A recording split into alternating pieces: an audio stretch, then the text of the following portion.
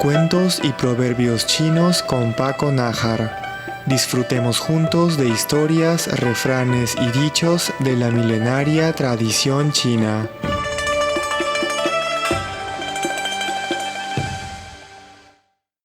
Hola queridos oyentes, bienvenidos a Cuentos y Proverbios Chinos aquí en Radio Taiwán Internacional. Soy Paco Nájar y como siempre los acompaño en este espacio en el que aprendemos juntos una expresión idiomática china, revisando para ello milenarios textos históricos y literarios.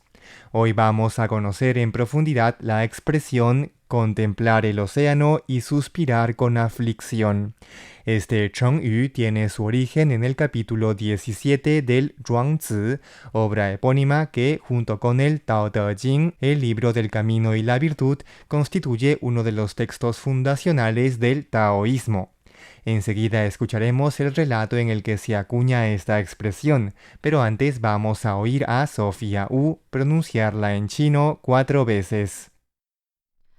望洋兴叹，望洋兴叹，望洋兴叹，望洋兴叹。 Y ahora sí, escuchemos la historia que da origen a la expresión contemplar el océano y suspirar con aflicción.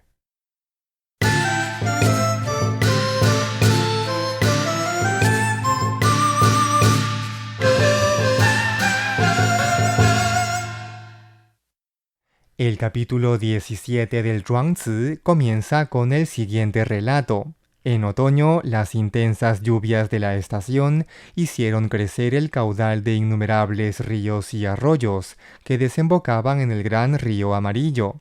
Como consecuencia, el río creció tanto que sus dos orillas quedaron tan alejadas entre sí que desde una orilla era imposible distinguir si los animales que pastaban en la otra eran vacas o caballos.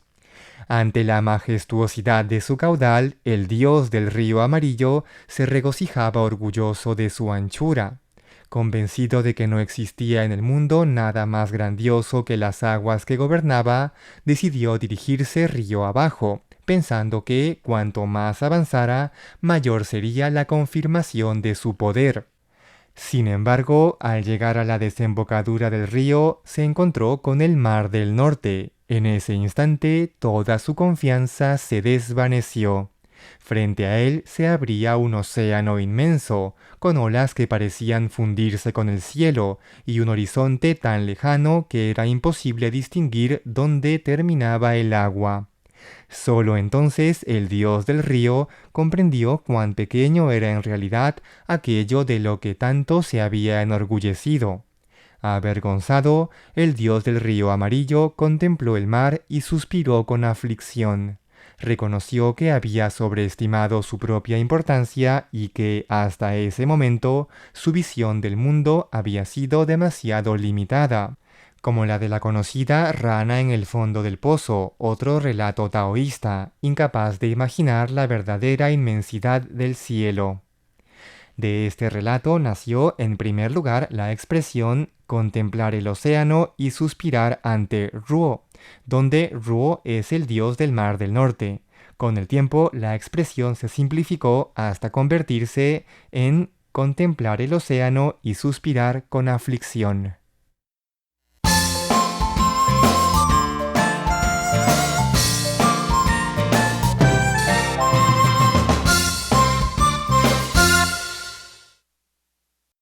La expresión Wang Yang Xing Tan, o literalmente contemplar el océano y suspirar con aflicción, se utiliza para describir la impotencia o la resignación que se siente cuando uno reconoce que sus propias capacidades no son suficientes para afrontar una situación.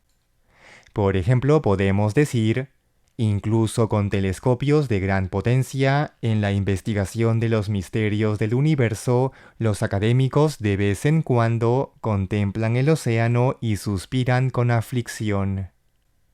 Y conviene señalar también que, debido a la forma en que está compuesto este modismo en chino, algunas personas lo interpretan y usan de manera errónea, creyendo que significa literalmente suspirar mientras se contempla el océano. Sin embargo, como se desprende del relato del Zhuangzi, esta interpretación no es correcta.